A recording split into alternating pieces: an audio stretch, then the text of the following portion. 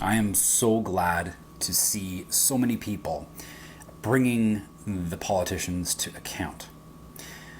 They've lied, they've stolen, and they've defrauded everyone. And it's of the utmost importance that anyone who holds a position in politics not be given any place to speak. Don't let them in front of your cameras. Don't let them in front of your microphones, and please do not let them take a stage. Do not recognize them. And if they approach you, turn your back. Even the ones who say they stand for freedom, they're lying. None of them stand for any goodness that you guys are fighting for. And I will show you court-ruled precedent today to prove it. But first, just take a look at what Trudeau and what Singh are saying. Trudeau said that you were a fringe minority, even though your numbers actually exceed the numbers of the military. He never really did like the military, did he? Singh, he renounced the entire movement. He hates everything and anything that even remotely looks like freedom, so it doesn't surprise me. But now, even the Conservatives, these guys had 2 years worth of opportunity to stand with leaders in fighting for freedom, in exposing the truth.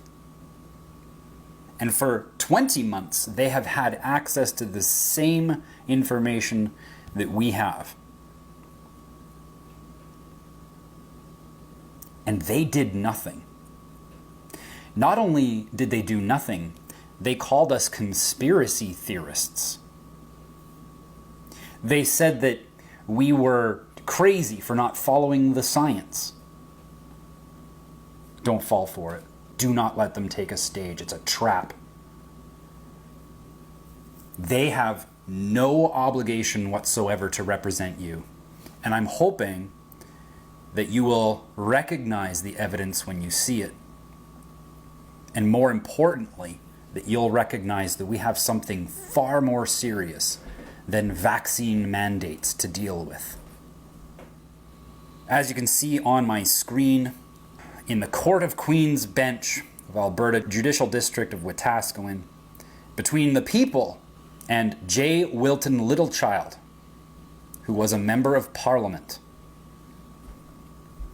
What had happened was that Mr. Littleschild did not represent the constituents of Wetaskiwin. In fact, not only did he not represent them, he didn't even bother to check in with them on a very important matter. And so the people took him to court to hold him accountable, because that's where you go when you want to hold someone accountable. You want to make sure that the rule of law is applied to everyone in society. And so they did the right thing. But here's what the judge had to say.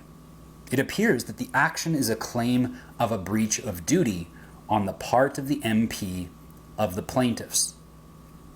Translation?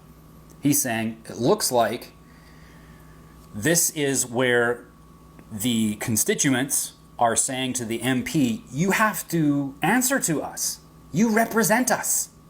And that's your duty. And you broke it. It seems clear on the authorities, and I note in Roman Corporation, which has been cited, so they were using this as precedent, that if I have any doubt on this application as to whether the plaintiffs have a cause of action, I must give the benefit of that doubt to the plaintiffs and refuse the application and leave the matter to be decided at a trial. Now, basically what he's saying there is, if I'm not really sure on whether or not this application has merit, if I'm not really sure, then I'm supposed to go ahead and let it go to a trial. That's if he believes the application has merit. And the very next word tells us that an application for the people to hold their member of parliament accountable does not have merit, because he says, however, I am satisfied the plaintiffs have no cause of action against the defendant. The judge is saying that he's convinced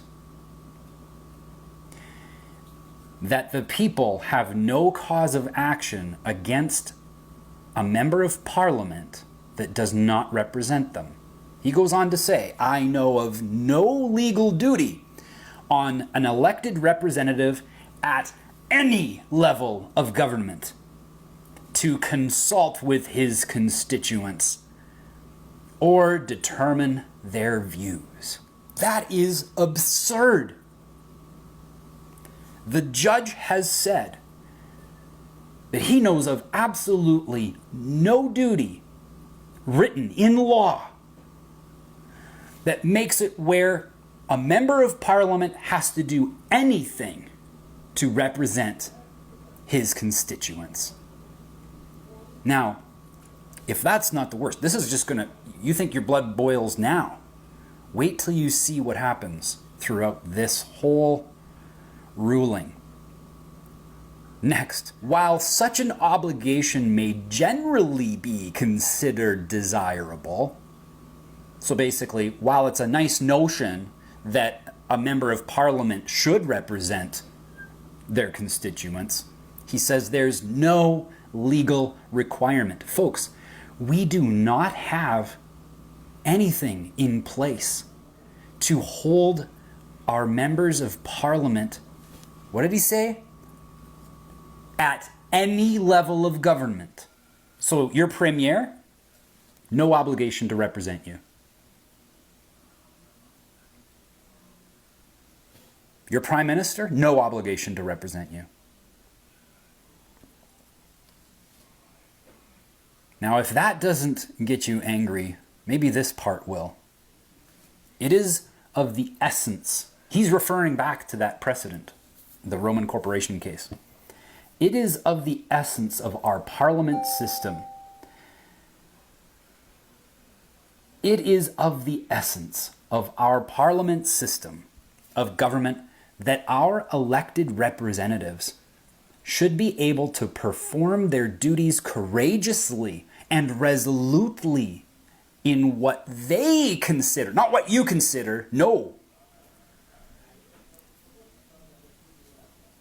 They should be able to perform their duties courageously and resolutely in what they consider to be the best interests of, Canada. Not the people. You might be Canadians, but you are not Canada. And here's the worst of it. They should be able to perform those duties free from any worry of being called to account anywhere except in Parliament. He goes on to say, you have the right to vote in a future election.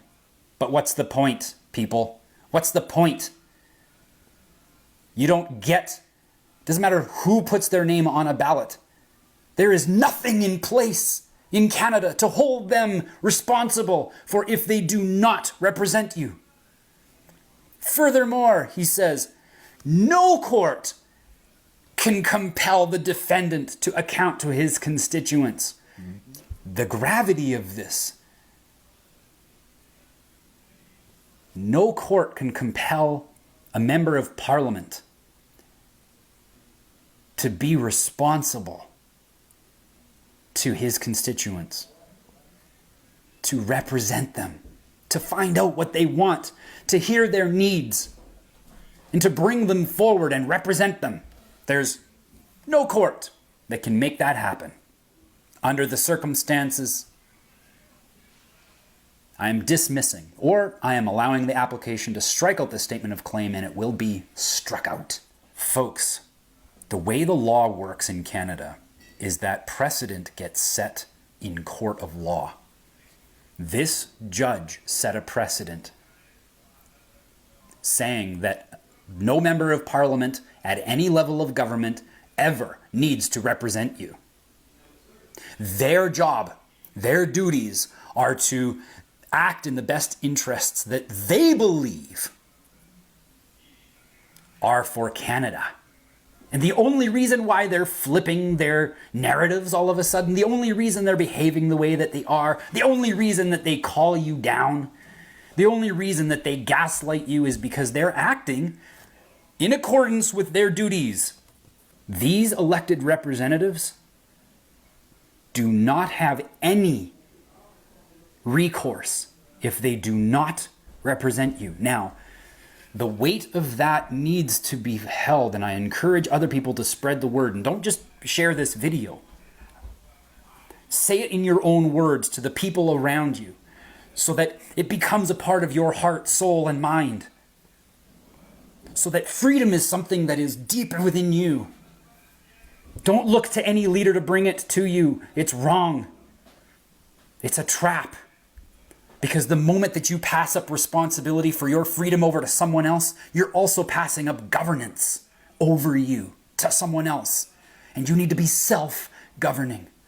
That's the highest calling that we can have in a civilized society, is that we self-govern. That we don't have someone capable of doing what they're doing to us.